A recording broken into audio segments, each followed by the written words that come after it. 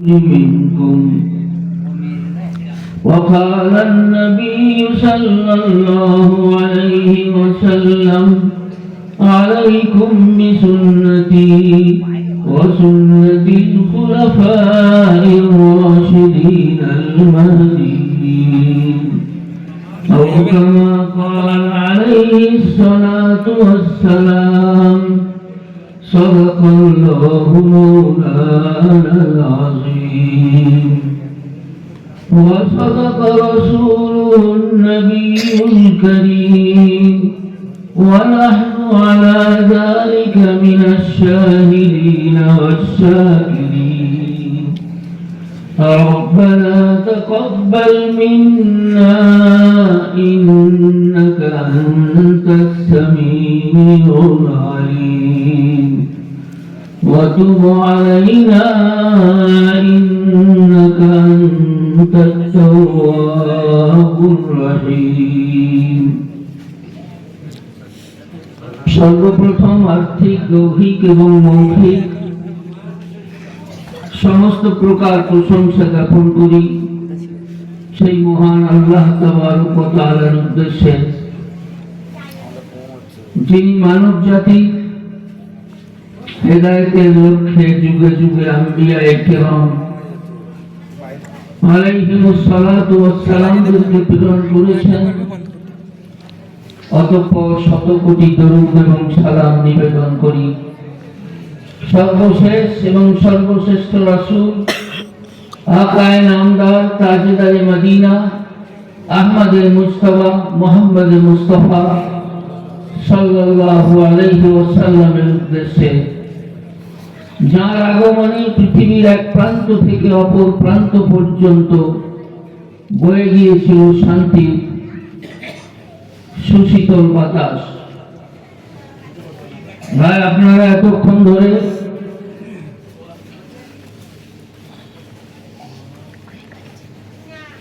ধারাবাহিক আমাদের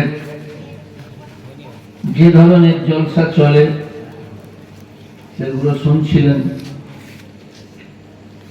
আজকেও জলসা হবে, একটু আলাদা ধর্মী জলসা। বিশেষ করে আমাকে সেই সমস্ত কিছু বিষয়ের উপর বলার জন্য জানানো হয়েছে। এটা আপনাদেরকে ভাবতে হবে একটা ক্লাস হচ্ছে।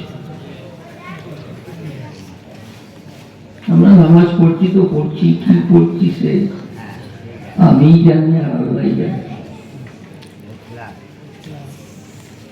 আমরা তো কখনো নামাজ সঠিকভাবে শেখার চেষ্টা করলাম না।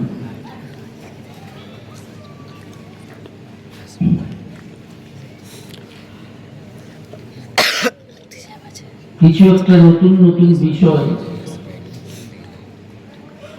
আমাদের বিভিন্ন এরিয়ার সৃষ্টি হচ্ছে, যে আমরা 1500 বছর ধরে যে নামাজ পড়ে আসছি, আমরা পড়েছি, আমাদের বাপ দাদা পড়েছে, এবং 1200 বছর ধরে আমরা এই ভারতবর্ষে আছি, সে সমস্ত নামাজ নাকি ভুল হয়ে যাচ্ছে।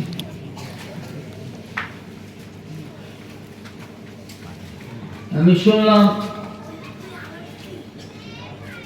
বা শুনেছি কিছু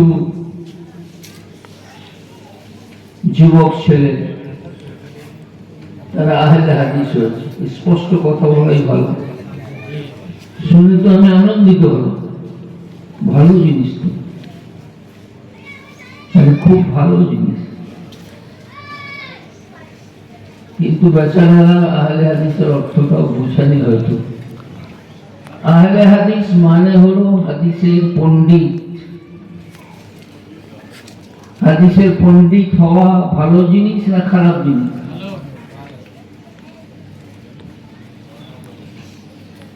তাহলে তো সৌভাগ্যের বিষয় আপনাদের দেশের জন্য হাদিসের পণ্ডিত তারপরে যখন খোঁজ খবর নিয়ে দেখলাম তারা কিছু নাকি বাংলা বই পড়ে, আরে খেয়ালে হাদিস বলে না। আহলে হাদিস তাদের হাজার হাজার লাখ লাখ লাখ লাখ হাদিস মুখস্থ কণ্ঠস্থ। কি হচ্ছে?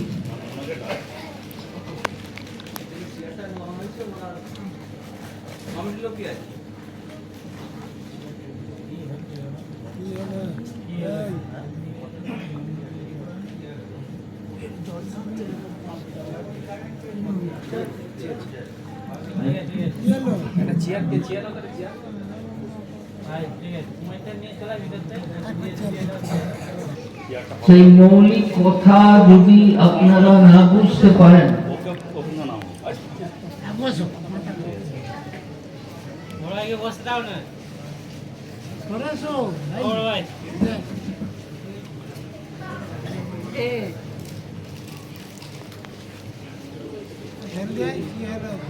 সেই মৌলিক কথা যদি আপনারা বুঝতে না পারেন, তাহলে সারা জীবন দ্বিধা দ্বন্দ্বেই কেটে যাবে, আপনারা সঠিক পর্যন্ত পৌঁছতে পারবেন না।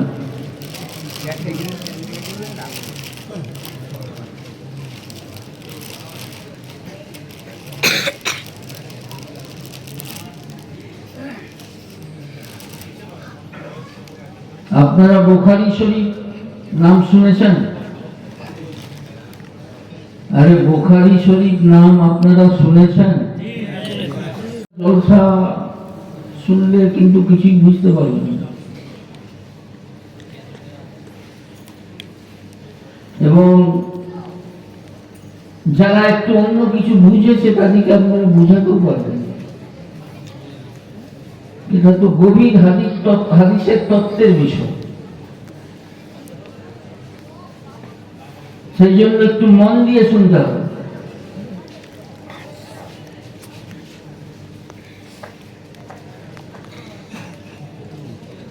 একটা কথার আপনার উত্তর দিতে হবে। আমরা বর্তমানে যে ইসলামটাই চলছি, এটা অরিজিনাল ইসলাম না সাহাবায়ে কেরাম রিজওয়ানুল্লাহ তাআলা আলাইহিম আজমাইন তারা যে ইসলামটাই চলতেন সেটা অরিজিনাল ইসলাম। সাহাবা বুঝছেন তো? সাহাবা কারা? আল্লাহ রাসূল সাল্লাল্লাহু আলাইহি ওয়াসাল্লামের কাছ থেকে যারা ডাইরেক্ট দ্বীন শিখেছেন তারা হচ্ছে সাহাবা। যেমন হযরত আবু বকর সিদ্দিক রাদিয়াল্লাহু তাআলা আনহু, হযরত ওমর রাদিয়াল্লাহু তাআলা আনহু, হযরত উসমান রাদিয়াল্লাহু তাআলা আনহু, তারা যে ইসলামটাই চলতেন ওটা একদম সঠিক অরিজিনাল ইসলাম না আমরা যেটাই চলছি এটা অরিজিনাল? আপনারা বলতে পারছেন, এগুলো না বলতে পারলে তো আপনি আমাদের প্রশ্ন উত্তর দিতে পারবেন। আল্লাহ রাসূল সাল্লাল্লাহু আলাইহি সাল্লামের কাছ থেকে যারা দ্বীন শিখলেন তাদেরটা তো অরিজিনাল, একদম সঠিক সহি, তাদের কথাটাই কি মেনে চলতে হবে আমাদের।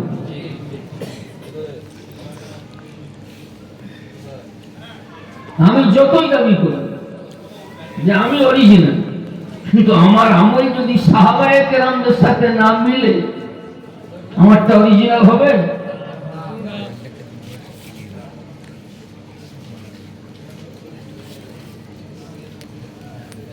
এই মূল কথাটা যদি আপনি বুঝে নিতে পারেন তাহলে অনেক সমস্যার সমাধান হবে। আপনি নিজেই বুঝতে পারে যাবেন, হ্যাঁ আমি সঠিকের উপরে আছি না। কেউ কিয়ামত পর্যন্ত আপনাকে এসে বিভ্রান্ত করতে পারবে না। আর যদি আপনি সাহাবায়ে কেরামকেই না চিনতে পারেন, তাদের দিনটা না বুঝতে পারেন, যে কেউ আপনাকে পথভ্রষ্ট করবে।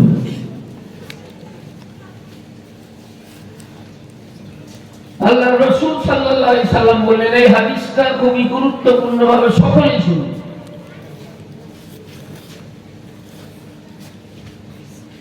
বনি ইসরাঈল মানে ইহুদি নাসারা, তাদের ব্যাপারে আল্লাহ রাসূল সাল্লাল্লাহু আলাইহি সাল্লাম বলছেন যে তারা ৭২ দলে বিভক্ত হয়ে গিয়েছে।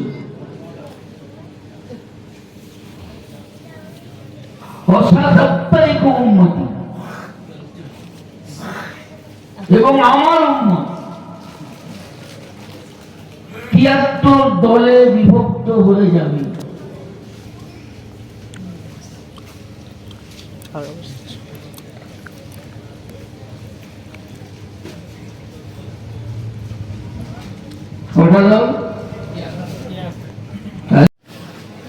এইটা না বুঝার কারণে যত বিভ্রান্তির ঝড় সারা পৃথিবীতে চলছে। মা আনা আলাইহি ওয়া আসহাবি, যেই পথে আমি প্রতিষ্ঠিত,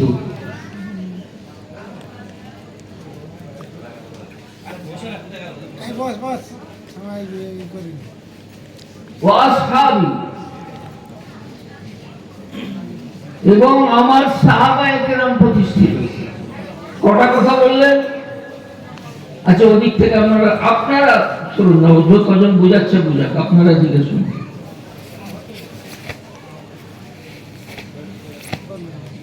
কটা কথা বললেন? এই জায়গাটা সকলকে বুঝতে হবে, প্রত্যেকটা ইমানদারের জানা এটা জরুরি। কটা কথা বললেন? যে পথে আমি, আর দ্বিতীয়টা কি? সাহাবা। যে নবীকে ছাড়লো সেও পথভ্রষ্ট, যে সাহাবীকে ছাড়লো সেও পথভ্রষ্ট। আজ আওয়াজ উঠছে, যে আওয়াজ আজ 1400 বছর ধরে উঠেনি, 1200 বছর আমরা ভারতবর্ষে আছি, উঠেনি, যে আমরা শুধু নবীকে মানি, আমরা কাউকে মানি না।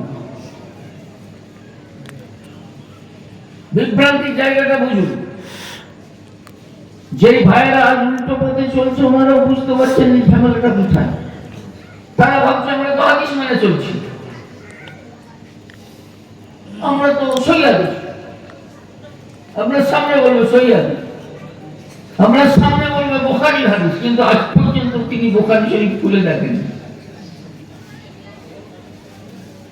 হাদিস হলে হবে না, হাদিসের ব্যাখ্যা আমরা সাহাবায়ে কেরাম রিজওয়ানুল্লাহি তাআলা আলাইহিম আজমাইনের কাছ থেকে নেব। হাদিসের ব্যাখ্যা সাহাবারা দেবেন, যে সাহাবা মানে না ও হাদিস মানে না। কথাটা খুব ভালো করে বুঝবেন। যারা সাহাবা মানে না, ওরা হাদিস মানে না, মানে না, মানে না, ওরা হাদিসের বিদ্বেষী, ওরা সাহাবীদের বিদ্বেষী।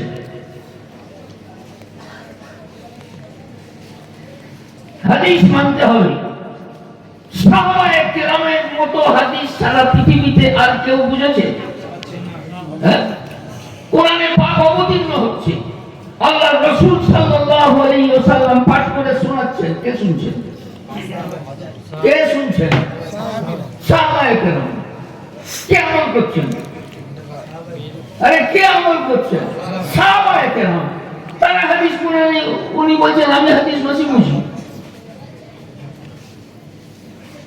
আল্লাহর রাসূল সাল্লাল্লাহু আলাইহি সাল্লাম হাদিস বলেছেন, সাহাবায়ে কেরাম শুনেছেন, আমল করেছেন, তাদের থেকে সারা পৃথিবীতে হাদিস বোঝার লোক আর পৃথিবীতে কেউ নেই। অতএব আমরা হাদিস মানব, সাহাবায়ে কেরামের ব্যাখ্যা অনুসারে চলব। আজ পুরো পরিবেশ তৈরি করা হচ্ছে, বলো আমি হাদিস মানি, আর কিচ্ছু মানি না। এটা ভালো কথা না গোমরাহি কথা? হ্যাঁ, সাহাবী মানি না আর কিছুই মানি না, এটা গোমরাহির কথা না, এটা সঠিক হেদায়েতের কথা। এটা গোমরাহির কথা। আল্লাহ পাক কোরআন শরীফের মধ্যে ঘোষণা করছে, وإذا قيل لهم آمنوا كما آمن الناس قالوا ونؤمن كما آمن السفهاء ألا إنهم هم السفهاء ولكن لا يعلمون মুনাফিকদের ব্যাপারে বলছে মুনাফিকদেরকে যখন বলা হয় তোমরা ঈমান আনো সাহাবায়ে কেরামের মতো, তারা তখন বলে আনুমিনু কামা আমানা সুফাহা, আমরা ওই বেকুবদের মতো ঈমান আনবো। তারা সাহাবায়ে কেরামদেরকে বেকুব বলছে। আল্লাহ পাক বলছেন আলা ইন্নাহুম হুমুস সুফাহা, জেনে রাখো যারা সাহাবায়ে কেরামকে বেকুব বলছে ওরা বেকুব। সাহাবায়েরা তো হিদায়াতের উপরে প্রতিষ্ঠিত, ওয়ালাকিন লা ইয়ালামুন, কিন্তু তারা এটা বুঝে না যে সাহাবা মানে না, সে হাদিস মানে না, সে কোরআন মানে না। কোরআন বলছে তোমরা সাহাবাদের মতো ঈমান আনো, তোমরা সাহাবাদের মতো আমল করো। আর একটা দল বলছে আমরা সাহাবায়ে কেরাম মানি না, আমরা ইমাম মানি না, আমরা হাদিস মানি। আল্লাহর রাসূল সাল্লাল্লাহু আলাইহি সাল্লাম দুটো কথা বলে গেলেন, আমি এবং আমার সাহাবা।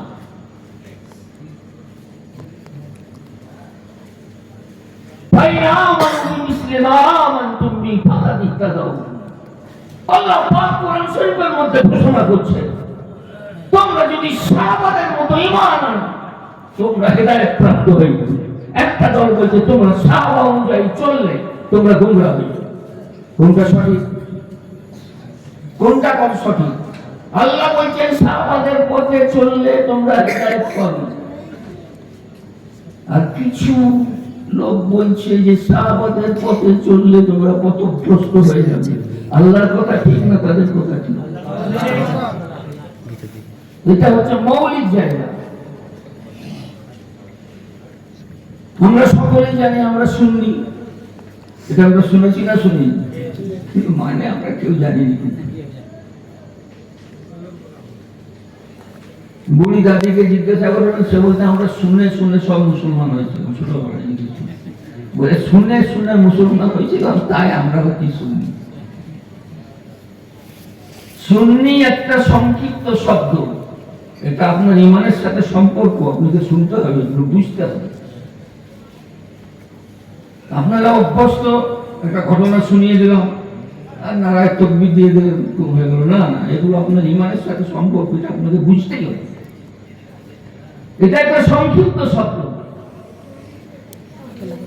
এতটা তো আপনারা শুনেছেন, শিয়া আর সুন্নি শুনেছেন না শুনেননি?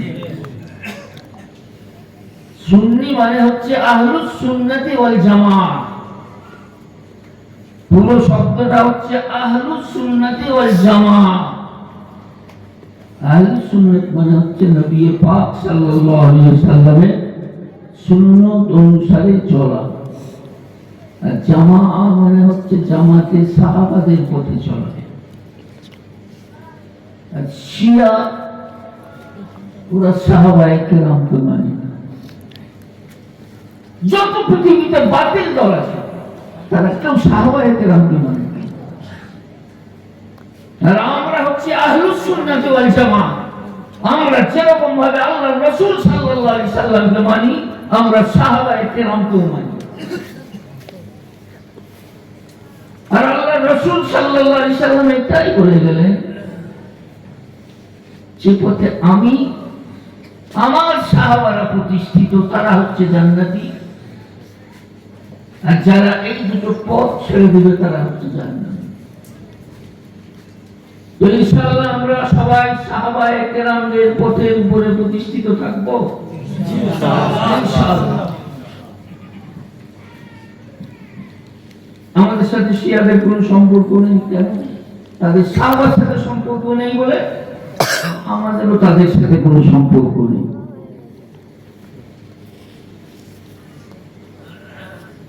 এতটুকু মৌলিক কথা আপনারা বুঝতে পেরেছেন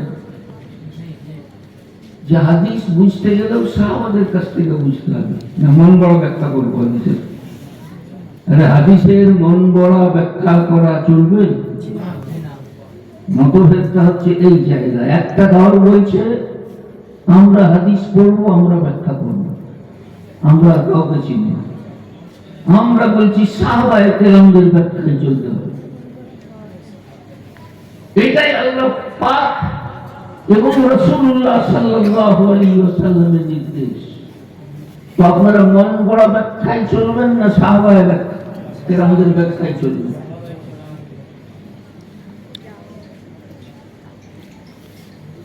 একটা ছোট্ট উদাহরণ দিচ্ছি, বিস্তারিত হচ্ছে অনেক ব্যাপার। হযরত ওমর রাদিয়াল্লাহু তাআলা আনহু সাহাবীদের মধ্যে অন্যতম। আবু বকর সিদ্দিক রাদিয়াল্লাহু তাআলা আনহুর পরে ওনার স্থান, তাই না? আল্লাহ রাসূল সাল্লাল্লাহু আলাইহি সাল্লাম বলেছেন, লাউ কানা বাদি নবী লাকানা ওমর, আমার পরে যদি কেউ নবী হতো তাহলে হযরত ওমর হতো।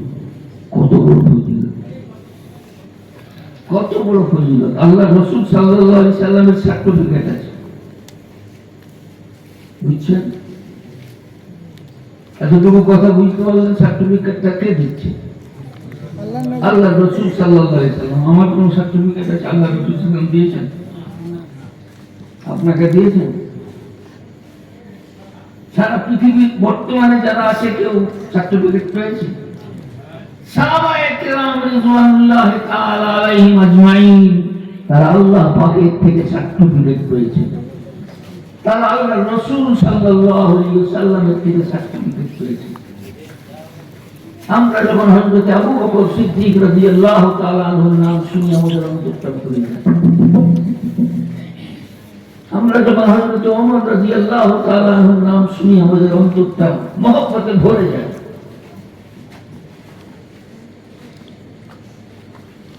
একটা দল আছে, তারা বলছে আমরা 20 টাকা তারাবি করব। উদাহরণ ছোট, হাদিস দলিলের কথা অনেক লম্বা। বলছি এটা হযরত ওমর রাদিয়াল্লাহু তাআলা আনহু চালু করেছেন। আমরা হাদিস মানি, আমরা কাউকে মানি না।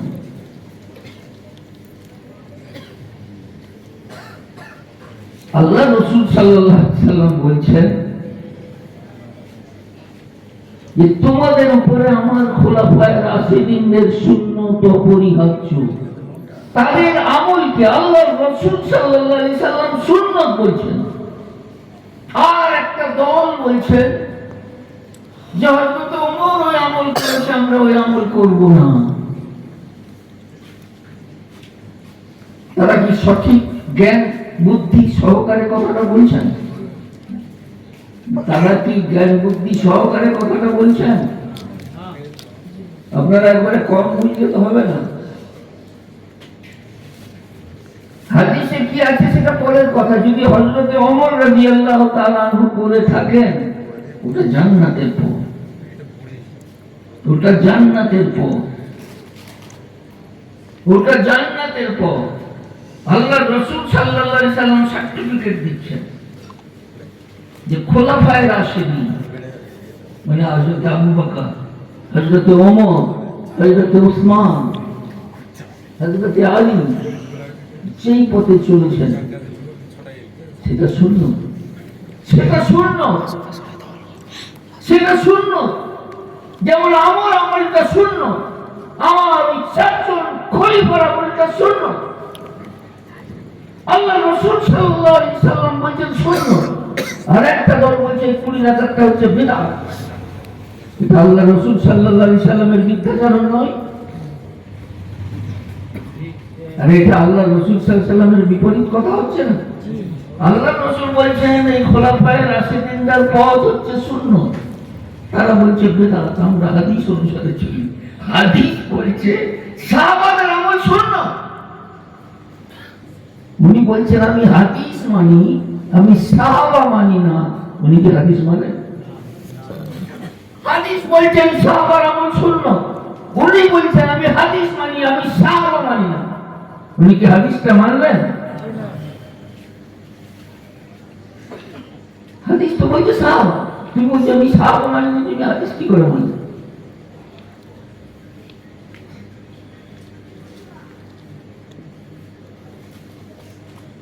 বুখারী শরীফের হাদিস।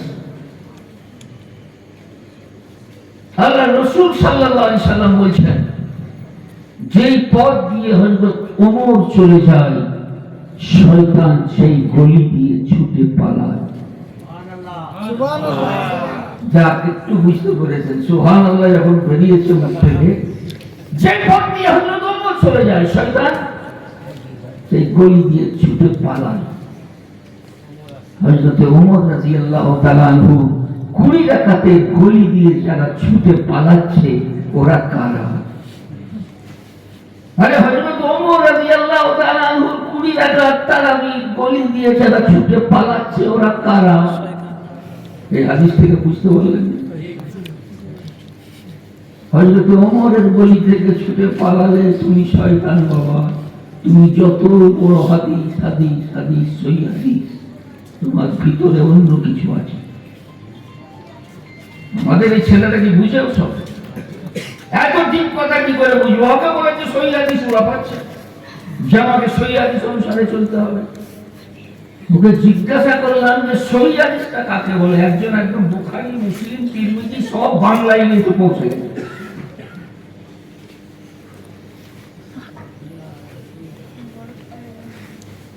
বলে সই হাদিস নিয়ে কথা হবে। আমি তাকে জিজ্ঞাসা করছি যে তুমি যে এতগুলো কিতাব নিয়ে এলে, সই হাদিস থেকে কথা বলবে তো? বলছি বিলকুল সই হাদিস থেকে কথা বলবে। আমি তাকে জিজ্ঞাসা করলাম সই হাদিসটা কাকে বলে ভাই? আর বলতে পারছেন উনি সই হাদিসে চলবে। সই হাদিসটা কি ওটাই উনি জানেন।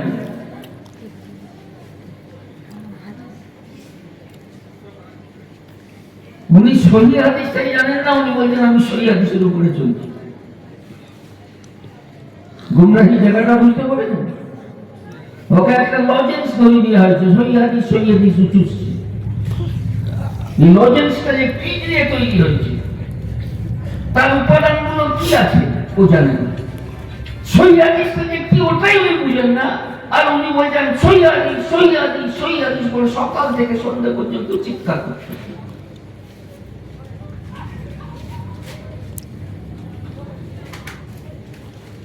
আগে তো সহি হাদিসটা কি বুঝতে হবে, তারপরে তো আপনি তদন্ত করে দেখবেন এটা সহি না সহি নয়, তারপরে তো আপনি চলবেন। কথা বুঝতে পারলেন? উনি সহি হাদিসটাই জানেন।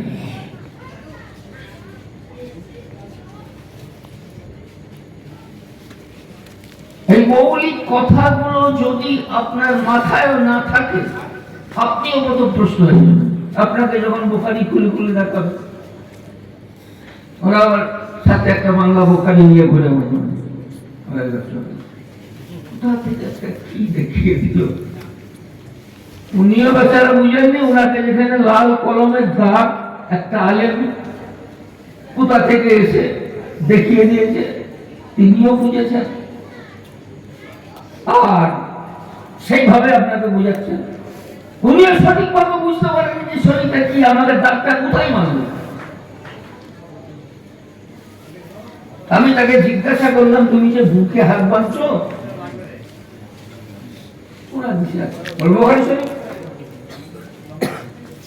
আমি বলি প্রথমে একটা কথা জেনে নাও, বুকে হাত। তুমি আমাকে এবারে তোমাকে বুখারী শরীফ তো তুমি নিজেই নিয়ে এসছো, বুকে শব্দ সহ আমাকে হাদিসটা দেখা। পাতাই উল্টাচ্ছে পাতাই উল্টাচ্ছে। কি হলো? বলছে না 730 নম্বর হাদিসটা আমি খুঁজছি। ওকে শুধু নম্বরটা বলে দিয়েছি, ও বেচারা খুলেও দেখেনি আর বুঝেও নি।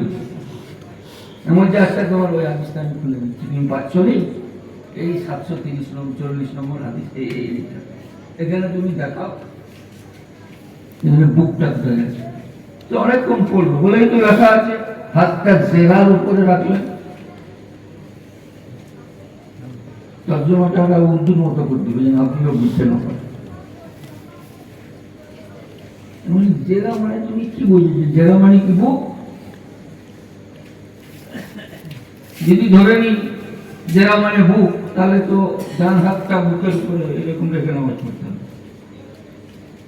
কিন্তু জেলার মানেই বুঝতে পারেন। সে আর বুক আর খুঁজে পাচ্ছে না। আর সে বলছে আমি সহি হাদিস অনুসারে চলছি, আমি বুখারী শরীফের হাদিস অনুসারে চলছি। চ্যালেঞ্জ দিচ্ছি, দুবো, আজ পর্যন্ত কোনো উত্তর পাইনি। বুখারী শরীফের একটা জায়গা থেকে যদি বুকের উপর হাত মারার হাদিস দেখিয়ে দেয়, আমাদের চ্যালেঞ্জ আছে, আমি সেই দিনে ওদের দলে ঢুকবো, আমি আমার জীবনের সমস্ত আমল ছেড়ে দেবো। কথা বলছেন, খুব ভালো করে বুঝে নেব। দেখা দেখিতে আরো কিছু যুবক বাচ্চা ওরাও দেখছে ওরকম। ওটা তো বুখারী শরীফে নেই। বুখারী শরীফে ওই মর্মের কোনো হাদিস নেই যে আল্লাহর রাসূল সাল্লাল্লাহু আলাইহি সাল্লাম বুকের উপরে হাতটা মেলেছেন, আর উনি ওই লজেন্সটা চুষছেন, ঘুরছেন যে আমি সহি হাদিসে চলি। আর যখন ওকে খুলে তদন্ত করা হচ্ছে, উনি আর খুলে বের করতে পারছেন না। এই হলো উনি আহলে হাদিস, হাদিসের পণ্ডিত। আহলে হাদিস মানে হাদিসের পণ্ডিত, বলছে আমি আহলে হাদিস হয়েছি। বুখারী শরীফে বুকে হাত বাঁধার কোনো হাদিস নেই, নেই, নেই। দুটো সহি হাদিসের কিতাব আছে, বুখারী শরীফ আর একটা মুসলিম শরীফ। বুখারী শরীফেও নেই, মুসলিম শরীফেও নেই। চ্যালেঞ্জ সহকারে বলে যাচ্ছি, দায়িত্ব সহকারে বলে যাচ্ছি। অনেক সময় ওনারা আবার বলেন আমরা চলে যাবার পর যে উনি তো সারা রাত্রি যা বলে গেলেন, উনি তো মিথ্যা বলে গেলেন, ভুল ভাল আপনাদেরকে বুঝিয়ে গেলেন। যতটা কথা বলছি দায়িত্ব সহকারে কথা বলছি। কোন যুবক যদি কালকে আপনাকে বলে উনি ভুল বলে গেছেন, ওকে বেঁধে রাখবেন,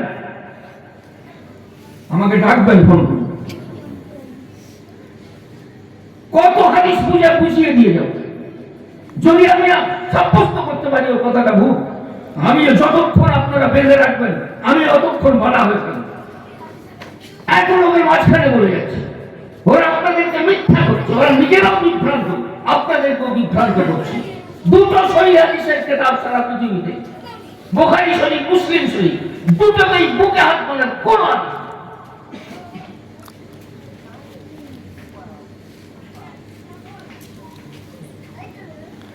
'আপনারা হাতটা কোথায় কোথায় রাখেন? একজন দেখেন, বুকের কথা শুনুন। আগে প্রথমে হাতটা কোথায় রাখেন? কবজিতে রাখেন তো। আর ওনাদিকে দেখবেন এরকম ধরনের রাখেন। আবার কয়েক ধরনের কাটিং আছে, কেউ এরকম, কেউ এরকম, কেউ এরকম, আজীব আজীব। বুখারী শরীফ আমার সামনে আছে, 159 নম্বর পৃষ্ঠা। ওনারা বাংলা অনুবাদ করেছেন, ওনাদের বাংলা অনুবাদও আছে। তাতে লিখছে হযরত আলী রাদিয়াল্লাহু তাআলা আনহু, বুখারী শরীফের হাদিস। হযরত আলী রাদিয়াল্লাহু তাআলা আনহু নিজের ডান হাতটা বাম হাতের কবজির উপরে রাখতেন।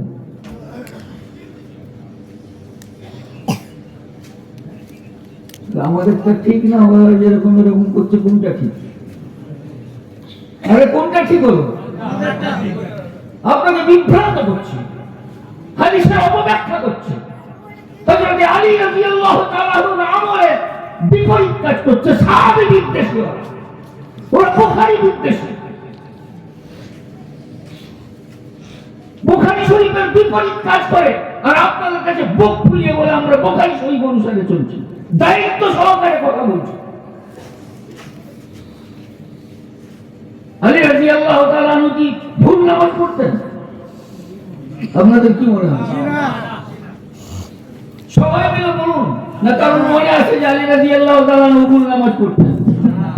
ঈমান শেষ হয়ে যাবে। সাহাবীর বিরুদ্ধে এত বড় কথা বলার অধিকার আপনার আছে? তারা হাদিস বুঝে নিয়ে আমরা বেশি বুঝে নিয়েছি। এবং বুখারী শরীফে আছে কথাটা, যে আলী রাদিয়াল্লাহু তাআলা আনহু তার ডান হাতের তালুটাকে রাখলেন বাম হাতের কবজির উপরে আমরা যেইভাবে রাখি ওইভাবেই বুখারী শরীফে আছে। আমাদের আমল সহিহ হাদিস বুখারী হাদিস অনুসারে। তারা যা করছে আপনাদের মন গড়া ব্যাখ্যা, কোন হাদিসের মধ্যে কোনো গুণ নেই।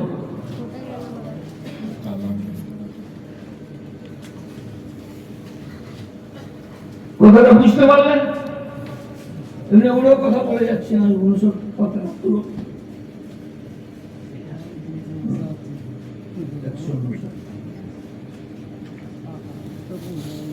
কমসে কম ইমাম সাহেব যদি থাকেন উনি তো কমসে কম দেখে নিতে পারবেন, আপনারা না পারবেন।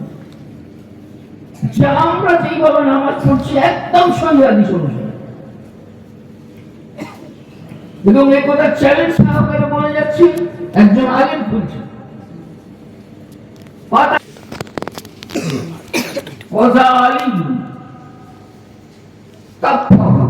আলী রাদিয়াল্লাহু তাআলা আনহু রাখলেন, এটা বুখারী শরীফ প্রথম খণ্ড, আলা রুসকিহিল আইসার, বাম হাতের কবজির উপরে। এর বাইরে যারা করছেন তারা প্রথম প্রশ্ন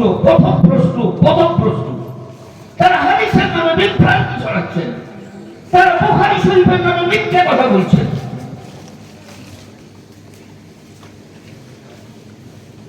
বুঝতে পারলেন? এই হাদিসের ব্যাখ্যা করতে গেলে 1 ঘন্টা সময় লাগে। 17টা হাদিস আছে, সেই 17টা হাদিসকে সামনে নিয়ে এলে একদম সব স্পষ্ট হয়ে যাবে।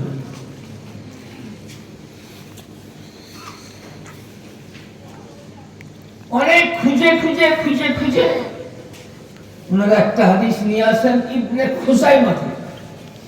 কোথা থেকে? ইবনে খুজাইমা, আপনারা হয়তো নামও শুনেননি। এদিকে বলছে বুখারী শরীফ, যখন বসবে তখন খুঁজে ইবনে খুজাইমা কে। ওই হাদিসটা 12টা সূত্রে বর্ণিত। কত সূত্রে? কটা সূত্রে বর্ণিত? 12টা সূত্রে। সূত্র বুঝেন? সনদ, অমুক অমুকের কাছ থেকে, অমুক অমুকের কাছ থেকে, অমুক অমুকের কাছ থেকে, আবার অমুক অমুকের কাছ থেকে, অমুক অমুকের কাছ থেকে, অমুক অমুকের কাছ থেকে, এরকম 12টা। এই হাদিস বর্ণনা করেছে খালেদ, এই হাদিস বর্ণনা করেছে সাল্লাম, এই হাদিস বর্ণনা করেছে জায়েদা, এই হাদিস বর্ণনা করেছে শোবা, এই হাদিস বর্ণনা করেছে আব্দুল ওয়াহিদ, এই হাদিস বর্ণনা করেছে সুফিয়ানে সৌরি। এরকম করে কতজন আছে? 12 জন। একটা হাদিসও উল্টের কথা নেই, শুধু সহিহ ইবনে খুজাইমা। ওতে একটা শব্দ এসে গেছে বুকের উপরই। হাদিসের জ্ঞান না থাকলে আপনি তো তার উত্তর দিতে পারবেন না। সেই হাদিসটাই যদি দেখিয়ে দেয় একটা নিয়ে, আপনি তো ধোকায় পড়ে যাবেন। যেখানে 12টা সূত্রে শব্দটা নেই, আর একটা সূত্রে আছে, যেই সূত্রে বর্ণিত সেটাই দুর্বল রাবি আছে, মানে যাকে জয়ীফ হাদিস বলে। ওনারা জয়ীফ হাদিসের উপর আমল করছে, বলছেন আমরা সহির উপরে। 12টায় যেখানে নেই, একজন বলছেন তিনিও দুর্বল হাদিসের পরিভাষায়। এটার জন্য আপনাকে 1 বছর পড়তে হবে হাদিসের পরিভাষা কি, তবে আপনি সহিহ জয়ীফ নির্ধারণ করার মতো ক্ষমতা, মানে মাওলানা হওয়ার পরে 1 বছর পড়তে হবে। এমনি পড়লে বুঝতে পারবেন। এমন হাদিস যেটাতে বেশিরভাগ সহিহ বর্ণনাকারী তাদের বর্ণনায় নেই, আর একটা দুর্বল বর্ণনাকারী ওটা বলছেন, ওকে বলা হয় রিজেক্ট হাদিস। কি হাদিস? রিজেক্ট। তার কোনো গ্রহণযোগ্যতা নেই। সেই গ্রহণযোগ্যতা যে হাদিসটা নেই, সেই রিজেক্ট হাদিসের উপরে আমল করছে, আর আপনার কাছে বলে যাচ্ছে আমি সহিহ হাদিস, সহিহ হাদিস, সহিহ হাদিস, আর আপনি সহিহ বুঝেন না, বেচারা ও বুঝে না।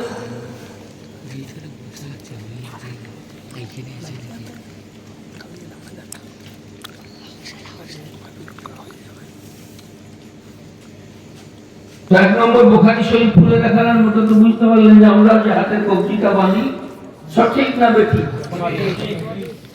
এর বাইরে কোন বাবার ক্ষমতা নেই। দেখাবে আল্লাহ রাসূল সাল্লাল্লাহু আলাইহি ওয়াসাল্লাম এই জায়গাতে বলেছেন, একদম চ্যালেঞ্জ সহকারে বলে যাচ্ছে, চ্যালেঞ্জ সহকারে বলে যাচ্ছে, সব জায়গাতে বলছি।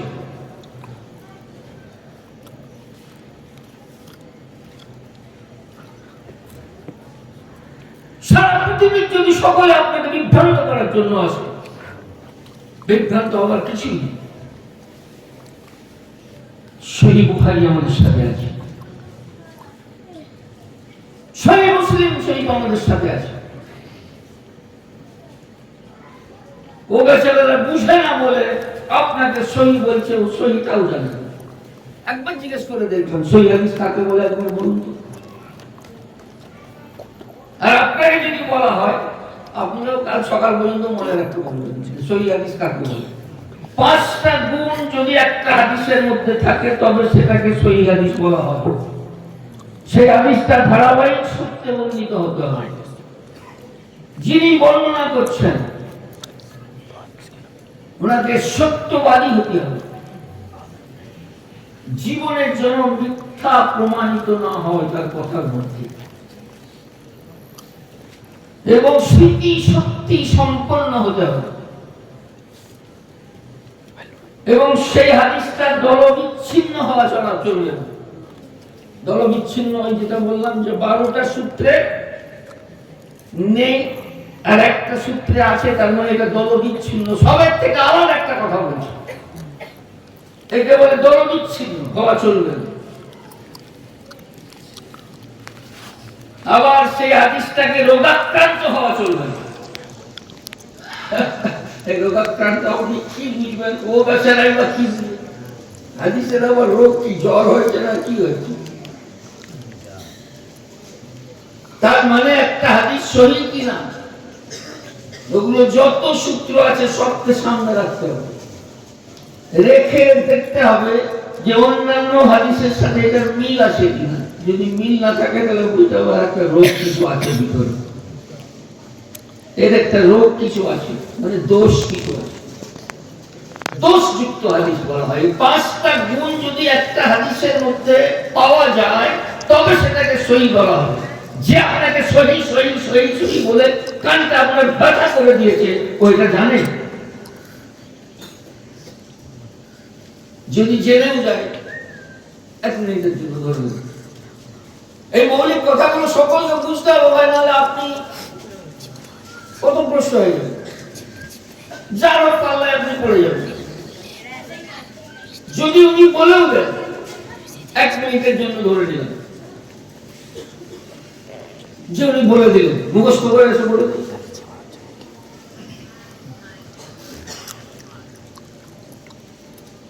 এটা ওনাদের তো একটাই কথা, আমরা সহিহ হাদিস অনুসারে চলি, তাই না? আপনারা মনে হয় সকলেই খোঁজ খবর অতটা রাখেন। ওদের একটাই কথা, আমরা সহিহ হাদিস অনুসারে চলি। যদি উনি দেখিয়েও দেন, ওকে জিজ্ঞাসা করুন তো, এই যে 5টা গুণ সারা পৃথিবীর সকলেই মানে, এই 5টা গুণ থাকলে সেটাকে সহিহ বলা হয়। সারা পৃথিবী, আরে সারা পৃথিবী যত মুহাদ্দিস মানে হাদিসের পণ্ডিত, ওনারা নাম দিয়েছেন আমরা হাদিসের পণ্ডিত, আহলে হাদিস, সমস্ত পণ্ডিত মানে। ওকে জিজ্ঞাসা করুন তো এটা কোরআন শরীফের কত নম্বর, উনিও এটা শোনাবেন। যদি কেউ বুঝতে পারেন এটা শোনাবেন, ওকে জিজ্ঞাসা করুন তো এটা কোরআন শরীফের কত নম্বর আয়াতে আছে এই কথাটা, কেমন পর্যন্ত দেখাতে পারবেন। যদি ওনাকে জিজ্ঞাসা করা হয় হাদিসের কত নম্বর হাদিসে এটা আছে, কেমন পর্যন্ত দেখাতে পারবেন না। এটা ইমামদের কথা, তাদের কথা। উনি তো ইমাম মানেন, এদিকে বলছে আমরা ইমাম মানি না, ইমাম মানি না, ইমাম মানি।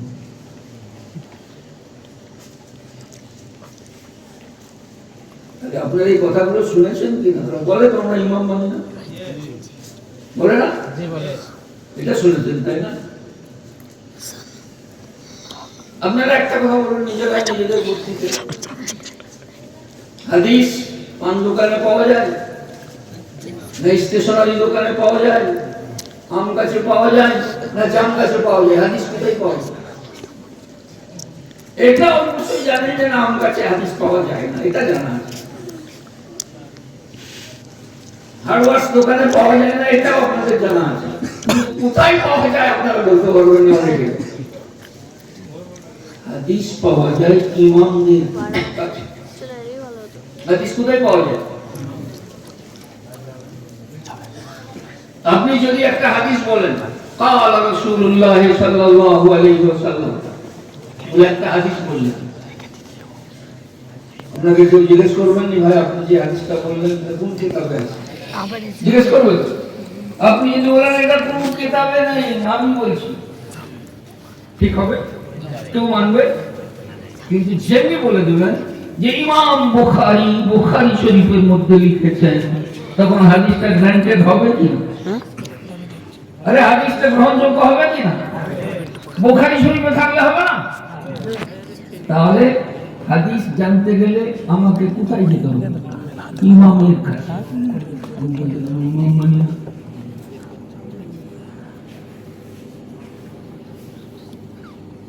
হাদিস মানতে গেলেই তো এক নম্বরে ইমামকে মানতে হবে। সই হাদিস তো ইমাম বুখারীর কাছে পাওয়া যায়, সই হাদিস তো ইমাম মুসলিমের কাছে পাওয়া যায়, সই হাদিস তো ইমাম তিরমিজির কাছে পাওয়া যায়, সই হাদিস তো ইমাম আবু দাউদের কাছে পাওয়া যায়, সই হাদিস ইমামদের কাছে পাওয়া যায়। ও বেয়াদব বলছে আমি ইমাম মানি না, তার মানে কি আমি বুখারী মানি না, আমি তিরমিজি মানি না, আমি আবু দাউদ মানি না? তুমি কি মানো? মুরাদ্দিন মানো? কথাটা বুঝতে পারলেন না গুমরাহি কোন জায়গায় গিয়ে পৌঁছেছে? হাদিস মানতে গেলেই ইমাম মানতে হবে।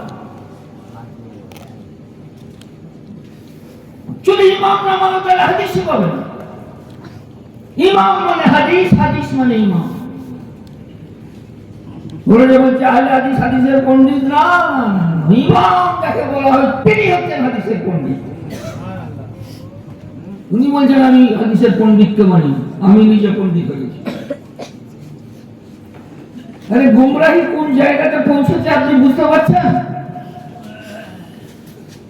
দুদিন পরে বলবে আমি ইমাম বুখারীকে মানি, আজকে মুখ থেকে বেরোচ্ছে ইমাম মানি না।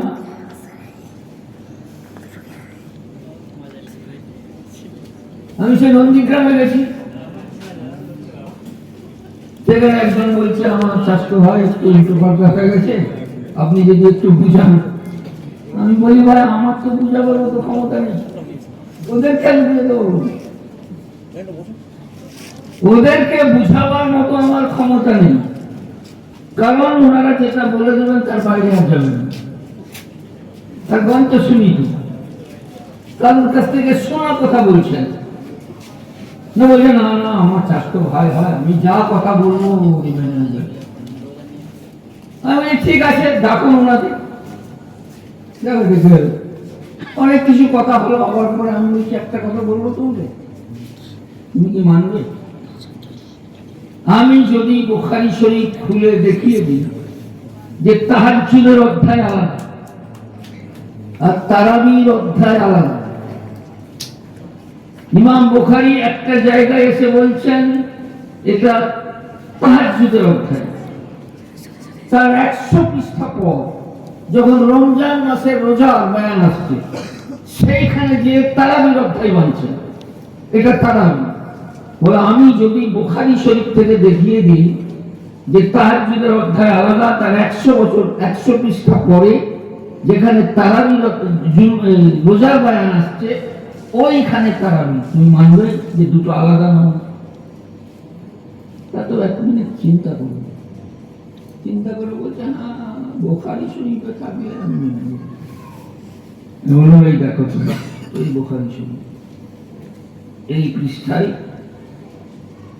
কিতাবুত তাহাজ্জুদ দেখালাম একটা, আর দেখো তারাবিটা কোথায় আসছে, এই দেখো রমজান মাস, দেখ রমজান মাসই বেরিয়ে গেছে। বলে এই রমজান মাস, এই রমজান মাসে এসে বলি কিতাবুত তারাবি, তাহলে কি বুঝলে? তাহাজ্জুদ আলাদা নামাজ, তারাবি আলাদা নামাজ। বলছে আমরা এসব মানি না, আমরা হাদিস মানি। আমি কি দেখাচ্ছি? আমি তাকে বলছি আমি তোমাকে হাদিস দেখাচ্ছি না বেদ দেখাচ্ছি। এটা কি বেদ? আমি তো হাদিস দেখাচ্ছি। চুপ হয়ে গেল, কিন্তু কথাটা মানল। আমি তাকে দেখালাম ইমাম বুখারী রহমতুল্লাহ আলাইহির জীবনী দেখো। জীবনেতে ইমাম বুখারী রহমতুল্লাহ আলাইহি বলছেন, ইবনে হাজার আসকালানী তার জীবনী লিখছেন, সেই জীবনীতে বলছেন যে ইমাম বুখারী রহমতুল্লাহ আলাইহি রমজান মাস এলে ঈশার নামাজ পড়তেন। ঈশার নামাজ পড়ে নিজেদের ছাত্রদেরকে নিয়ে তারাবিহ করে দিতেন। তারপরে শেষ রাতে উঠতেন, উঠে আবার তাহাজ্জুদ পড়তেন। এটা কি বুঝলে ইমাম বুখারীর আমল কি ছিল? তিনি কি একই মনে করতেন? ওই যে তারাবি বললেন ওটাই কি তাহাজ্জুদ হয়ে গেল? বলতে আমার কারো জীবনী নয়। এই লোকটাকে আপনি বোঝাতে পারবেন? সে ইমাম বুখারীকে মানে না, সে বুখারী শরীফ মানে না, খুলে দেখিয়ে দিয়ে তাকে যে লজেন্সটাকে চুষার জন্য তারা দিয়েছে সেটা ছাড়া সে যদি কিছু না খায় তাকে আপনি বুঝাতে পারবেন না। আপনাকে আপনার ইমান ঠিক করে দেখে নিতে হবে যে ইমাম বুখারী দুটো অধ্যায় আলাদা করেছেন, তারাবি আলাদা, তাহাজ্জুদ আলাদা। ওরা সারা পৃথিবী বলছেন যেটাই তারাবি সেটাই তাহাজ্জুদ। আরে যেটাই আসর সেটাই মাগরিব হয় না? মাগরিবের নামাজ আলাদা, আসরের নামাজ আলাদা, আলাদা না? ওনারা বলছেন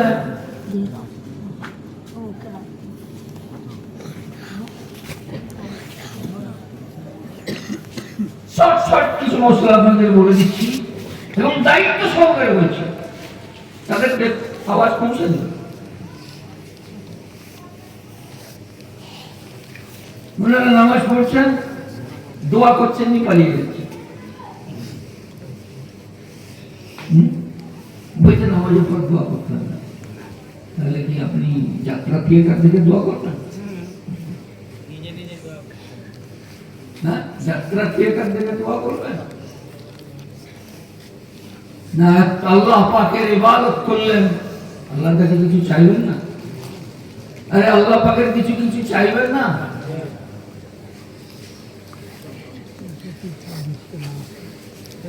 বুখারী শরীফ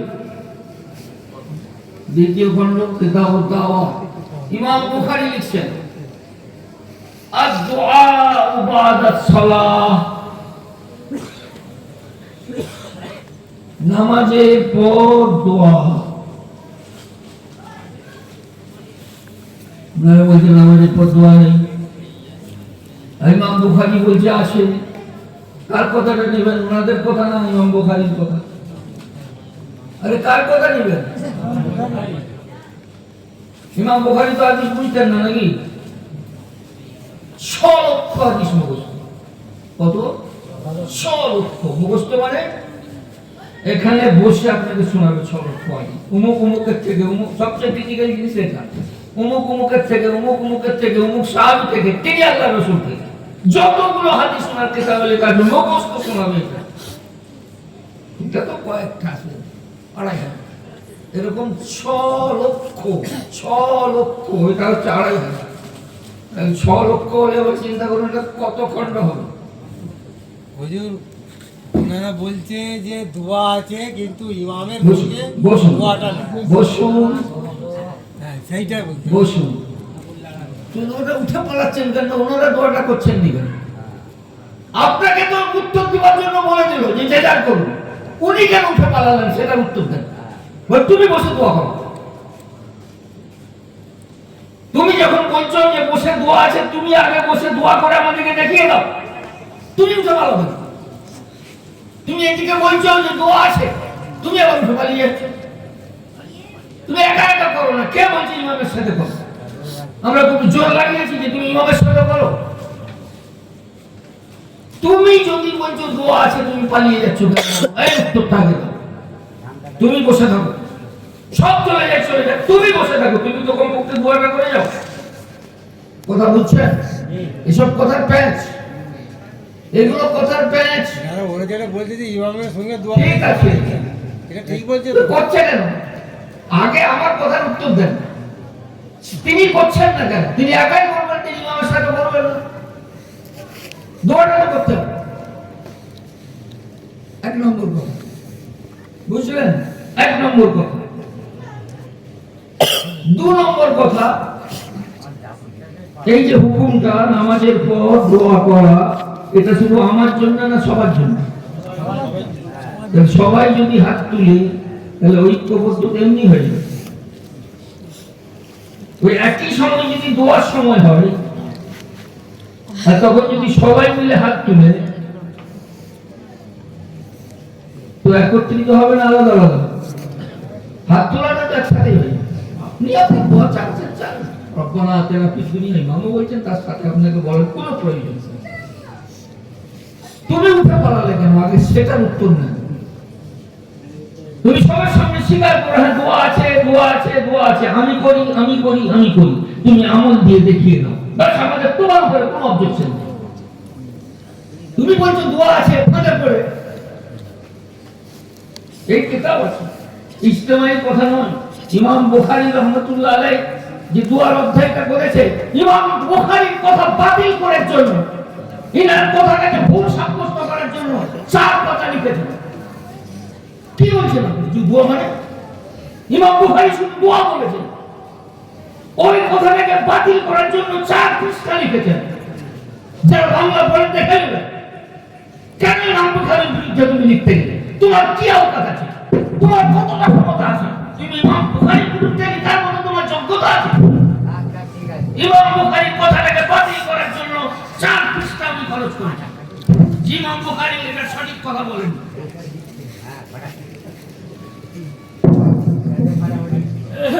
কথা বুঝলেন? আমার কথাটা বুঝুন। ওটা প্যাচ দিয়ে আপনার কাছে বেরিয়ে যাচ্ছে। ওনারা বলছেন কোন হাদিসের মধ্যে এরকম লেখা নেই যে ইমাম যদি ইমামের সাথে তোমরা দোয়া করো, এই শব্দটা কোথায় লেখা নেই। উনি বলছেন, আমি জিজ্ঞাসা করি, ওনারা একসাথে আমিন বলে ওঠেন? কোন হাদিসে লেখা আছে একসাথে আমিন বলো? কোন হাদিসে লেখা আছে একসাথে আমিন বলো? তোমরা ঐক্যবদ্ধ ভাবে যদি আমিন বলতে পারো, আমরা ঐক্যবদ্ধ হয়ে দোয়া করতে পারবো না কেন? উত্তর কোন হাদিসে লেখা আছে যে একসাথে ঐক্যবদ্ধ ভাবে আমিন করে চিল্লে উঠো? সারা পৃথিবী কোন হাদিস গ্রন্থে নেই, কোন পৃথিবীর ইতিহাসে নেই। এই বুখারী শরীফ সামনে আছে, জোরে আমিন বলার কোন হাদিস নেই, নেই, নেই, নেই। সহিহ হাদিস বুখারী মুসলিম দুটোর মধ্যে জোরে আমিন বলার কোন হাদিস নেই, নেই, নেই। Challenge, challenge, challenge. সমস্ত আহলে হাদিসকে চ্যালেঞ্জ দিয়ে যাচ্ছে ওপেন। কেউ যদি উঠে এসে আপনি দেখিয়ে দিতে পারে, আমি আমার জীবনের আমলকে ছেড়ে দিয়ে তাদের আমলে আমি চলে যাব। ইমাম বুখারী শুধু বলছেন, إذا قال الإمام غير المغضوب عليهم ولا الضالين قولوا آمين। ইমাম যখন আমিন বলবে তোমরা আমিন বলো। জোরে বলার কোন শব্দ সহিহ হাদিসের মধ্যে নেই, নেই, নেই। বুখারী শরীফে নেই, মুসলিম শরীফে নেই। Challenge, challenge, challenge, open challenge. কেউ যদি দেখিয়ে দেয়, আমি তো বলছি আমি আজকেই তাদের দলে চলে যাব। বুখারী শরীফ থেকে দেখাতে হবে, মুসলিম শরীফ থেকে দেখাতে হবে। অন্য কিতাব থেকে যদি দেখাও, তার আলোচনা আলাদা আছে। অত ডিপে গেলে পর আপনারা অতটা বুঝতে পারবেন। দোয়া আছে, নামাজ পড়ে আমিও দোয়া করছেন, আমিও দোয়া করছি, সবাই দোয়া করছে, সবাই আপনারা আলোচনা করবেন। যার ছোটটা দোয়া করার আছে করবে। মুনের চুলকালিটা কিসের? মুনের চুলকালিটা কিসের? কত বড় চুলকানি হচ্ছে যে উনি আপনারা ফিরিয়ে থাকতে পারছেন না? কথা বুঝতে পারেননি? চুলকানিটা অন্য, দোয়াটা নেই, দোয়াটা নেই। ও আপনার চাপে পড়ে আপনি বুখারী শরীফ খুলে দেখিয়ে দিবেন বলে একটা প্যাচ মেরে বেরিয়ে ওনার যার কথা নকল করছেন, ইবনে তাইমিয়া তার কথা ওনারা নকল করছেন। ইবনে তাইমিয়া তার কিতাবে লিখেছেন দোয়া নেই নেই নেই, সারা পৃথিবীর মুহাদ্দিসরা তার বিরোধিতা করেছেন, সেই কথাটা নিয়ে চলছেন। কিন্তু আপনার চাপে পড়ে সে একটা অন্য কথা বলে আপনার ফিনিশ হয়ে চলে যাচ্ছেন, তাকে আপনি আগে বলবেন তুমি বসে দোয়া করো, আমাদের সাথে তোমাকে করতে হবে, তুমি একা কি করো করো তুমি, তবে তোমার কথাটা সার্টিফাই হবে যে হ্যাঁ তুমি সত্যিই দোয়াটাকে মানো। নামাজের শেষ থেকে তুমি দোয়া উড়িয়ে দিবে, নামাজের প্রথম থেকে তুমি টুপি উড়িয়ে দেবে, বিনা টুপিতে সে নামাজ পড়ছে। আচ্ছা বেরিল্লা বলে উনি হাদিস খুঁজে পাননি, উনি হাদিস খুঁজে পাননি। বুখারী শরীফ প্রথম খণ্ড 64 পৃষ্ঠায়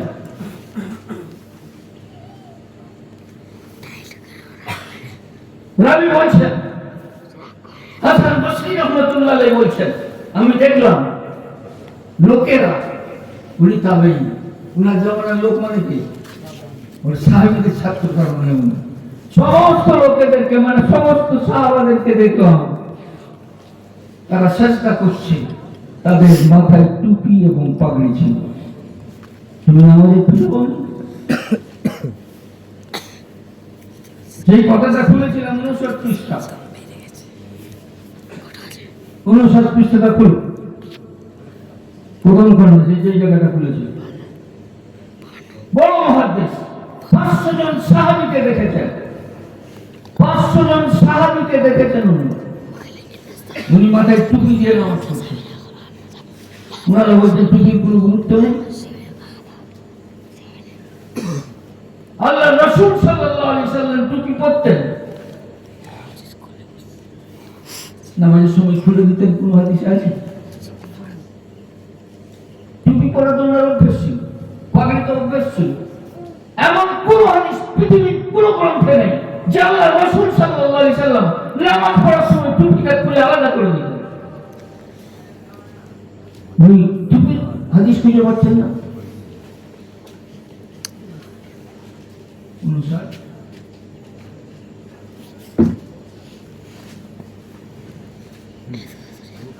আবু ইসহাক সাবেঈ, কতজন সাহাবীকে দেখেছে বললাম? 500 জন। উনি টুপি মাথায় দিয়ে নামাজ পড়ছেন, ওনারা টুপির হাদিস খুঁজে পাচ্ছেন না।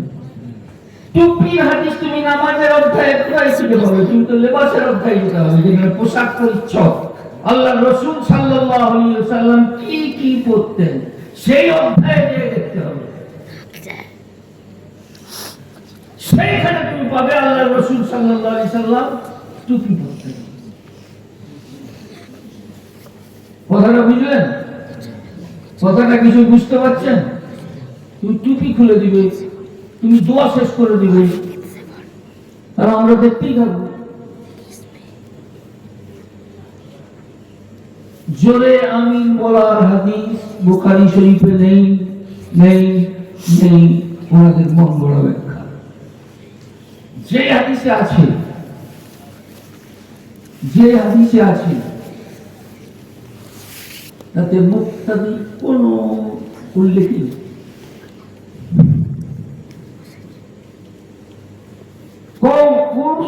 কোন সময় আল্লাহ রাসূল সাল্লাল্লাহু আলাইহি সাল্লাম যদি জোরে না পড়লে আমরা জানবো কি করে যে উনি সূরা ফাতিহা পড়ছেন না কি পড়ছেন? আরে হুজুর যদি চুপচাপ পড়ে, আমরা যেমন জোহরের নামাজ চুপচাপ পড়া হয় না, কেরাত জোরে পড়া হয়? আরে কেরাত জোরে পড়া হয়, কখনো জোরে পড়তেন কিসের জন্য? যেন সাহাবীরা শিখে নেই যে এই সময় সূরা পড়তে। আল্লামা দুলামি রাহমাতুল্লাহ আলাইহি লিখছেন যে যেদিন আল্লাহর রাসূল সাল্লাল্লাহু আলাইহি সাল্লাম জোরে পড়েছিলেন লিউআল্লিমুনা, এই জন্য পড়েছিলেন আমাদেরকে শিক্ষা দান করার জন্য।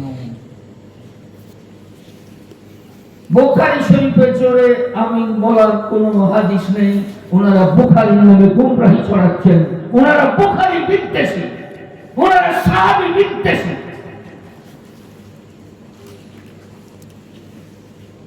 কথা বুঝছেন? হযরত ওমর রাদিয়াল্লাহু তাআলা আনহু তার বিরোধী, তোমাদের কটা আজান হয়? দুটো আরে জুমার দিনে কটা আজান হয়? দুটো ওনারা একটা আজান দেন। ওনারা একটা আজান দেন। নাহলে ঠিক সাহাবীদের বিরুদ্ধাচারণটা তো হচ্ছে না। সাহাবী হাদিস বেশি বুঝেন না, আমরা বেশি বুঝি। ওরা বলে হযরত ওসমান ভুল করেছে। ইন্না লিল্লাহি ওয়া ইন্না ইলাইহি রাজিউন। এর থেকে দুঃখজনক বিষয় সুন্নিদের কাছে কিছু নেই। আহলে সুন্নাত ওয়াল জামাতের কাছে এর থেকে দুঃখজনক বিষয় কিছু নেই। যারা হযরত ওসমান রাদিয়াল্লাহু তাআলা আনহু বিরুদ্ধাচারণ করে। আল্লাহ রাসূল সাল্লাল্লাহু আলাইহি সাল্লাম যখন বীরে রুমা উনি খরচ করে দিলেন, আল্লাহ রাসূল সাল্লাল্লাহু আলাইহি সাল্লাম বললেন, ওসমান তুমি ভালো কাজ করো, খারাপ কাজ করো, তুমি যদি আর কোনো আমল না করো তুমি জান্নাতি। যাকে সার্টিফিকেট দিচ্ছেন আল্লাহ রাসূল সাল্লাল্লাহু আলাইহি ওয়াসাল্লাম জান্নাতি, ওনারা বিরুদ্ধাচারণ করে বলছেন আমরা একটা আঘাত দেব, আমরা ওসমানকে মানি না। ওই সাহাবীকে শিয়া যারা সাহাবাকে মানে না, তাদের অনুসরণ করে চলে।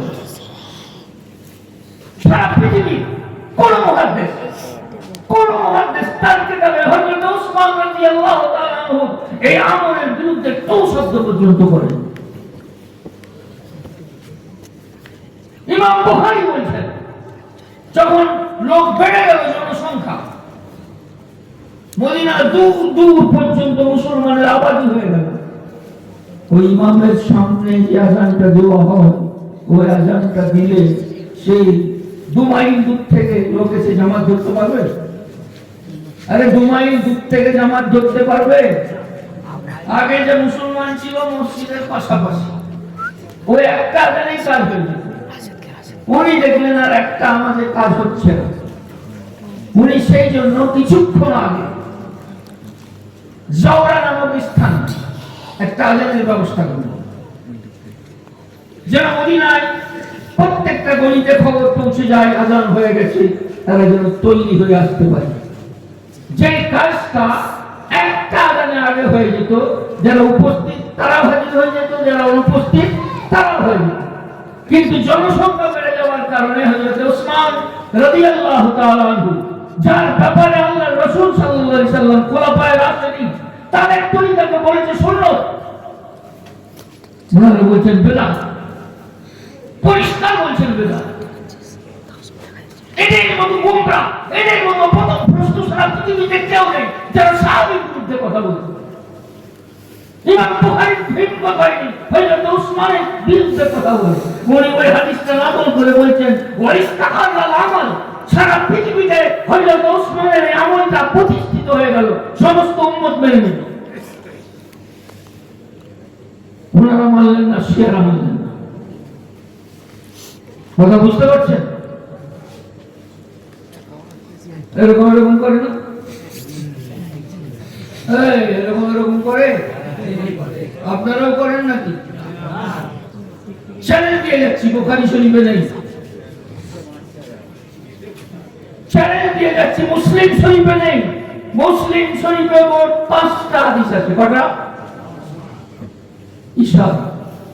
আমরা কি করি?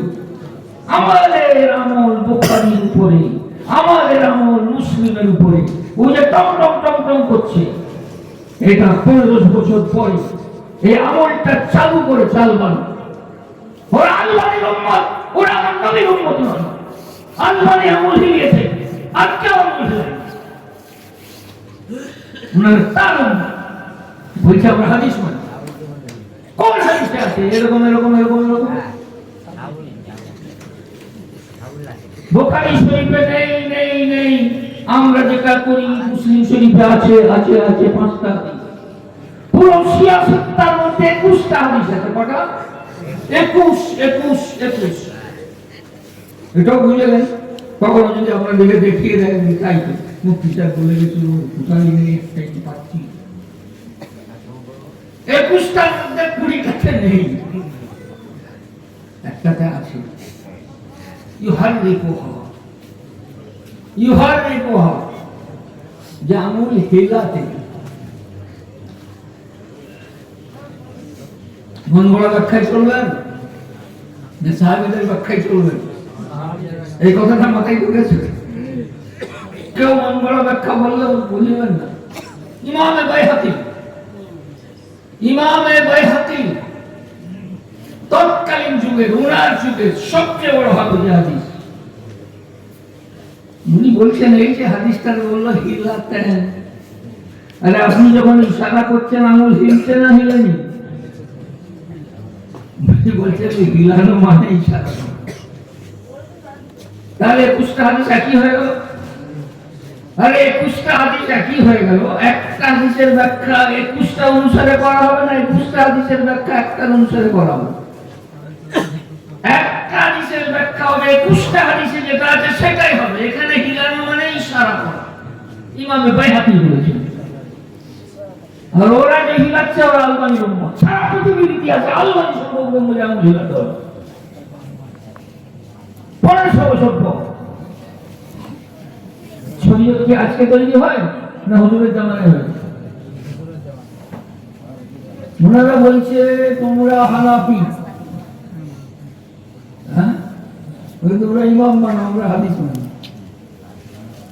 বলছে তোমরা কি মানো? ইমাম মানো, আমরা হাদিস মানি। আমরা জিজ্ঞেস করলাম যে ইমামের নামাজ কি ভুল? সব ঠিক। ইমাম মালিক ঠিক,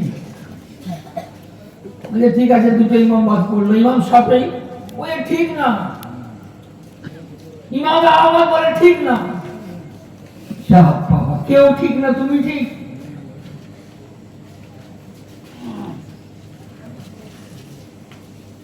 কথাটা শুনুন, এবারে মূল কথাটা বলছি। এটা তুমি একটা রং কথা বলো। বুখারী শরীফ, ইমাম বুখারী বলছেন ক্বাল আশ-শাফিঈ। কি বলছেন? ইমাম শাফিঈ বলছেন। ক্বাল আহমদ ইবনে হাম্বল, ইমাম আহমদ ইবনে হাম্বল বলেছেন। বুখারী শরীফে ইমাম আহমদ ইবনে হাম্বলের নাম আছে, তার থেকে মসলা বর্ণিত আছে, তার থেকে হাদিস বর্ণিত আছে। ইমাম শাফিঈ থেকে মসলা বর্ণিত আছে, ইমাম মালিক থেকে হাদিসও বর্ণিত আছে, মসলাও বর্ণিত আছে। ওনাদের যদি নামাজ ঠিক না থাকে, ওনাদের কাছ থেকে হাদিস নিয়ে চলবে, মসলা নিয়ে চলবে? তাহলে বুখারীটা তো জাল কিতাব। সেই বুখারীতে ইমাম আবু হানিফার নাম আছে, ইমাম মালিকের নাম আছে। যে বুখারীতে ইমাম শাফিঈর নাম আছে, যে বুখারীতে ইমাম আহমদ ইবনে হাম্বল নাম আছে, সেই ইমাম আহমদ ইবনে হাম্বলের নামাজ যদি ভুল হয়, সেই ইমাম শাফিঈর নামাজ যদি ভুল হয়, তাহলে বুখারীতে যত জাল কিতাব, এই কিতাবটার কোনো গ্রহণযোগ্যতা নেই। ইমাম বুখারী ইমাম শাফিঈকে মানেন, তোমার কি অবকাশ আছে যে তুমি ইমাম শাফিঈকে মানো না? ইমাম বুখারী ইমাম আহমদ ইবনে হাম্বলকে মানেন, তুমি এমন কি জ্ঞানী হয়ে গেছো ইমাম বুখারী থেকে যে তুমি ইমাম আহমদ ইবনে হাম্বলকে মানে না? বুখারী শরীফে আছে কালা মালিক, তুমি বলছো ইমাম মালিকের নামাজ ঠিক নয়। তোমার মতো বেঈমান, তোমার মতো গোমরা, তোমার মতো পথভ্রষ্ট সারা পৃথিবীতে কেউ নেই। মানে ইনাদের নাম বুখারী শরীফে আছে, তাহলে ইনারা কত বড় মর্যাদার মানুষ বুঝতে পারেননি? ইমাম আহমদ ইবনে হাম্বল রহমাতুল্লাহ আলাইহি তো হচ্ছে ইমাম বুখারীর ডাইরেক্ট উস্তাদ। ইমাম বুখারী রহমাতুল্লাহ আলাইহি যখন এই বুখারী শরীফ লিখলেন, এটা কি ভুল আছে কি ঠিক আছে এটাকে দেখার জন্য তাকে দিলেন ইমাম আহমদ ইবনে হাম্বল। তুমি বলছি ইমাম আহমদ ইবনে হাম্বলের নামাজ ঠিক নয়, ইমাম বুখারীর উস্তাদ, তিনি বুখারী শরীফ সঠিক করেছে না বেঠিক করেছে উনি দেখছেন। আলী ইবনুল মাদিনী দেখছেন, ইয়াহইয়া ইবনে মাইন দেখছেন। দেখার পর ওনারা যখন বললেন হ্যাঁ ঠিক কিতাব সহিহ হাদিস, তারপরে উনি ছাপেন। তখন তো আর ছাপার ব্যাপার নয়, তখন সব কিতাব। ইমাম আহমদ ইবনে হাম্বল যিনি বুখারী শরীফ সংশোধনী প্রুফ লিখছেন, তার নামাজ যদি ঠিক না হয় ইমাম মালিক রহমতুল্লাহ আলাইহির নামাজ যদি ঠিক হয়, ঠিক না হয়, তাহলে বুখারী শরীফ তাহলে সর্বশ্রেষ্ঠ হাদিসের কিতাব হলো কি? তোমার কথা মেনে নিলে তো বুখারী শরীফকে অস্বীকার করতে হবে। যে কিতাবটা সহিহ কিতাব নয়, যাদের নামাজ ঠিক নয় তাদের নামে হাদিসের কিতাবে আছে। সেইভাবে ইমাম আবু হানিফা এই ইমাম আপনারা কি বুঝেন? ইমাম মানে কিছু বুঝেন? বুঝেন ইমাম মানে কিছু? আরে ইমাম মানে কিছু বুঝেন? ইমাম মালিক নাম শুনেছেন তো?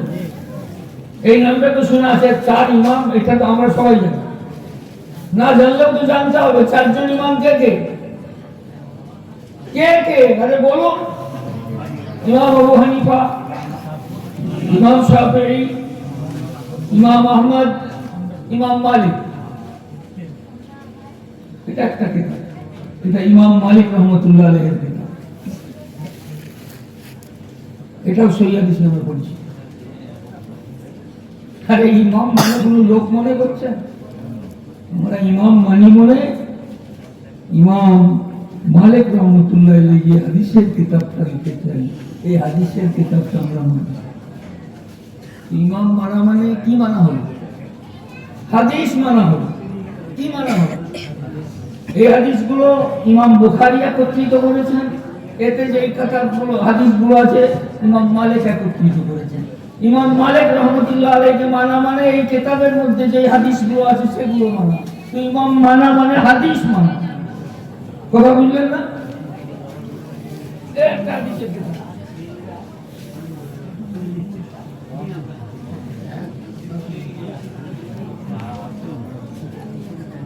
আরে এগুলো এনেছি আপনাদেরকে দেখাবো, আপনি নিজেদের চোখে দেখে নেন।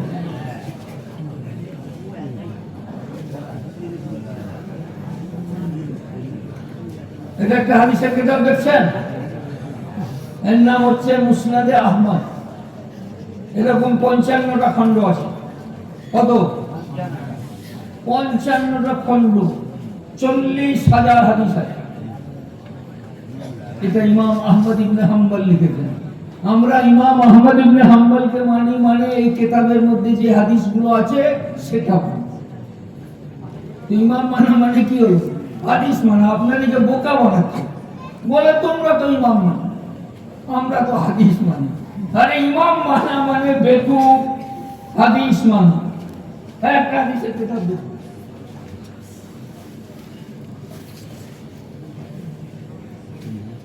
এরকম 21টা খণ্ড আছে। দেখছেন? দেখেনি আর কখনো দেখতে পাবেন কিনা? এটা ইমাম আবু হানিফা রহমতুল্লাহ আলাইহির সমস্ত হাদিস জমা আছে। এরকম 21টা খণ্ড আছে। আমরা ইমাম আবু হানিফা রহমতুল্লাহ আলাইহিকে মানি মানে এই কিতাবের মধ্যে যে হাদিসগুলো বর্ণিত আছে আমরা সেগুলো মানি। ইমাম মানা মানে হচ্ছে হাদিস মানা, আর হাদিস মানতে গেলে ইমাম মানি। আপনি যদি বলেন হাদিস মানি, আমি বুখারী মানি না, তিরমিজি মানি না, আবু দাউদ মানি না, কোন ইমামকে মানি না, আপনার মতো গোমরাহ পথভ্রষ্ট সারা পৃথিবীতে কেউ। ইমাম মানা মানে হাদিস মানা, হাদিস মানা মানে ইমাম মানা। কথাটা পরিষ্কার করে বুঝে নেন, কথাটা পরিষ্কার করে বুঝে নেন।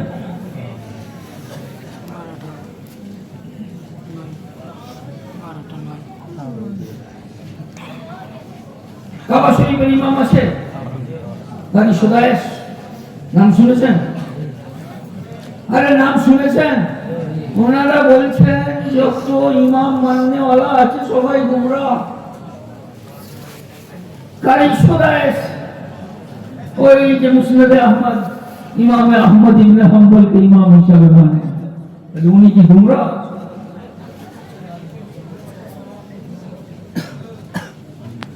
মোটামুটি মূল আলোচনা যেগুলো সেগুলো সামনে এলো না।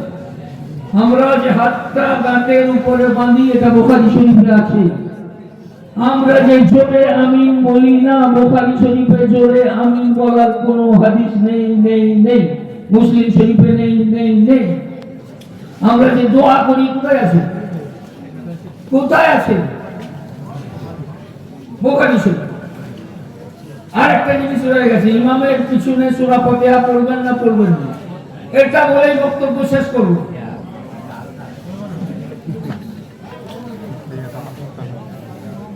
আজকে বক্তব্যটা অনেক দেরিতে হয়েছে। ইমামের পিছনে কেরাত করবেন, ওনারা তো বলছেন করতেই হবে, নাহলে নামাজই হবে। হাদিসে শুনিয়ে দিবে আপনাদের, লা সালাতা ইল্লা বিফাতিহাতিল কিতাব। সূরা ফাতিহা পড়লে না পড়লে নামাজ হবে না। শুনেছেন না শুনেছেন? আরে কানে পৌঁছে তো, সবার কানে পৌঁছে গেছে। সূরা ফাতিহা ছাড়া নামাজ হবে না। আমাকে একজন এসে দেখাচ্ছে, বলে এই তো পরিষ্কার লেখা আছে বুখারী শরীফে, সূরা ফাতিহা ছাড়া নামাজ হবে না। আমি বললাম এটা তো আমাদের নাবালেগ ছেলেরাও জানে এই মশলা। আমি বললাম আমাদের নাবালেগ ছেলেরাও এই মশলাটা জানে, জানে না? আরে আপনার বাচ্চাটা সে যখন নামাজ পড়তে যায় সুন্নতে নিয়ত করলো, সুবহানাল্লাহ পড়লো, পড়ার পর সূরা ফাতিহা পড়ে না পড়ে, যখন নফল পড়ে কি মশলাটা আমরা জানি, কেন এটা হবে না? বলে ভাই এখানে ইমামের কথাটা কোথায় সেটা দেখো, এখানে তো আছে সূরা ফাতিহা ছাড়া নামাজ হয় না। ইমামের পিছনে পড়লে তাহলেও সূরা ফাতিহা পড়তে হবে, না হলে হবে না। সেই ইমাম শব্দটা তো এখানে দেখাও, এখানে তো ইমামের কোনো গল্প নেই। এটা তো হচ্ছে সূরা ফাতিহা ছাড়া নামাজ হয় না।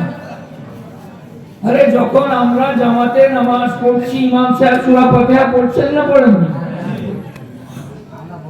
তো বিনা ফাতিহায় নামাজটা আমার কি করে হলো? আমার ইমাম তো পড়ছে, ওনারা সূরা ফাতিহা পড়েন, ওনারা সূরা পড়েন। সূরা না পড়লে নামাজ হবে? আপনি একা একা নামাজ পড়ছেন, সূরা যদি না পড়েন নামাজ হবে? হবে না। তাহলে উনি যে সূরাটা পড়লেন, ওনার নামাজটা কি করে হলো? তখন বলবো এটা তো ইমাম বলে দিচ্ছে। তো আমরা তো ওই কথাই বলছি যে আমাদের ইমাম তো সূরা ফাতিহা পড়ে দিচ্ছে।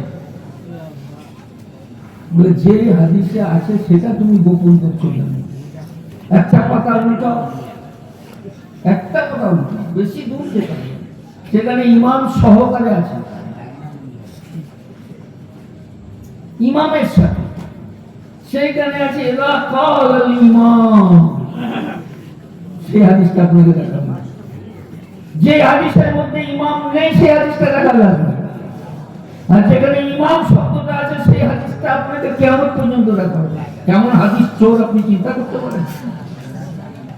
বুখারী শরীফে আছে, যখন ইমাম বলবে গায়রিল মাগদুবি আলাইহিম ওয়ালাদ-দাল্লিন, কে বলবে? কে বলবে? তাহলে কি বুঝা গেল? সূরা ফাতিহাটা কে পড়বে? আপনি পড়বেন না ইমাম পড়বে? আল্লাহ রাসূল তো বলে দিচ্ছেন ইমাম যখন পড়বে গায়রিল মাগদুবি আলাইহিম ওয়ালাদ-দাল্লিন। এই গায়রিল মাগদুবি আলাইহিম ওয়ালাদ-দাল্লিন এটা কুল হুয়াল্লাহ আছে না তার বাতিয়ে দেয়? আরে কোথায় আছে? সূরা ফাতিহা তো আল্লাহ রাসূল বলছেন ইমাম পড়বে ওটা। ইমাম যখন গায়রিল মাগদুবি আলাইহিম ওয়ালাদ-দাল্লিন পড়বে, আমাদের কাজ কি? আল্লাহ রাসূল বলেন কুলু আমিন, তোমরা আমিন বলো। আল্লাহ রাসূল এখন ভাগ করে দিয়েছে যে ইমাম সূরা ফাতিহা পড়বে, তোমরা আমিন বলো। আর ওরা এই হাদিসটাকে পুরো চেপে দেয়। আল্লাহ পাক কোরআন শরীফের মধ্যে বলছে ইযা কুরিয়াল কুরআন ফাসতামিউ লাহু ওয়া আনসিতু, যখন তোমাদের কাছে কোরআন পড়া হয় তোমরা মনোযোগ সহকারে শুনো, চুপ থাকো, চুপ থাকো। আল্লাহ রাসূল সাল্লাল্লাহু আলাইহি সাল্লাম মুসলিম শরীফে একদম স্পষ্ট হাদিস, আবু মুসা আশআরী রাদিয়াল্লাহু তাআলা আনহু থেকে বর্ণিত, আবু হুরায়রা রাদিয়াল্লাহু তাআলা আনহু থেকে বর্ণিত, ইযা ক্বালাল ইমাম, ইযা ক্বারাল ইমাম, ইযা কাব্বারা ফাকাব্বির, ইমাম যখন তাকবীর বলবে তোমরাও তাকবীর বলো। ওয়াইদা কারাল ইমাম, ইমাম যখন কোরআন পাঠ করবে ফাআনসিতু, তোমরা চুপ থাকো। এই হাদিসটা একদম সহি হাদিস, মুসলিম শরীফে আছে, নাসাই শরীফে আছে। এই হাদিস আপনাকে দেখাবে না। ওই যে একটা মুখস্থ করে শিখিয়ে দিয়েছে সূরা ফাতিহা ছাড়া নামাজ হয় না, যেটা একাকী নামাজ পাঠকারীর জন্য। ইমাম আবু দাউদ শরীফের 29 পৃষ্ঠার মধ্যে বলছেন যে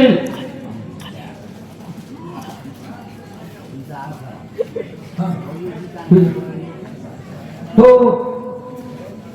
যখন ইমাম বলবেন তখন তোমরা চুপ থাকো, স্পষ্ট এই হাদিসটা রাখবে। আর যেটা একাকী, যখন সূরা ফাতিহা ছাড়া নামাজ হয় না, ইমাম আবু দাউদ রাহমাতুল্লাহ আলাইহি বলছেন 19 পৃষ্ঠার মধ্যে যে হাদিসের বর্ণনাকারী সুফিয়ানে সাউরি বলছেন এটা একাকী নামাজ পাঠকারীর জন্য। এই হাদিসটা কার জন্য? কথা কিছু পরিষ্কার হলো আপনাদের সামনে? যারা বুখারী বিদ্বেষী তাদের কথা শোনার আপনার কোনো প্রয়োজন নেই। যারা সাহাবী বিদ্বেষী তাদের সাথে কথা কোনো বাদ বিতণ্ডা, তাদের কথা শোনার আপনার কোনো প্রয়োজন নেই। আমাদের কাছে বুখারী শরীফ আছে, আমরা সেই হাদিস অনুসারে চলবো। আমাদের কাছে মুসলিম শরীফ আছে, সেই হাদিস অনুসারে চলবো। কারণ মন গড়া ব্যাখ্যা আমরা নেব না, যেই ব্যাখ্যা সাহাবায়ে কেরাম করেছেন, যেই ব্যাখ্যা ইমাম আবু হানিফা রাহমাতুল্লাহ আলাইহি করেছেন, যেই ব্যাখ্যা ইমাম শাফিঈ রাহমাতুল্লাহ আলাইহি করেছেন। ইমাম আবু হানিফার পর আর কোন আবু হানিফা জন্মগ্রহণ করেননি। ইমাম মালিকের পর কোন ইমাম মালিক জন্মগ্রহণ করেননি। ইমাম শাফিঈর পর কোন শাফিঈ জন্মগ্রহণ করেননি। ইমাম আহমদ ইবনে হাম্বলের পর কোন ইমাম আহমদ ইবনে হাম্বল জন্মগ্রহণ করেননি। ইমাম বুখারীর পর আর কেউ বুখারী আসেন। ইমাম মুসলিমের পর ইমাম মুসলিমের মতো আর কেউ জন্মগ্রহণ করেননি। তারাই আমাদের আদর্শ। বর্তমান যুগের কে মঙ্গলা ব্যাখ্যা করছে তারা আমাদের আদর্শ নয়। কথা পরিষ্কার বুঝতে পারলেন? আল্লাহ পাক আমাদের সকলকে বুঝার মতো তৌফিক দান করুন। ওয়া আখিরু দাওয়ানা আলহামদুলিল্লাহি রাব্বিল আলামিন। আল্লাহুম্মা আমিন।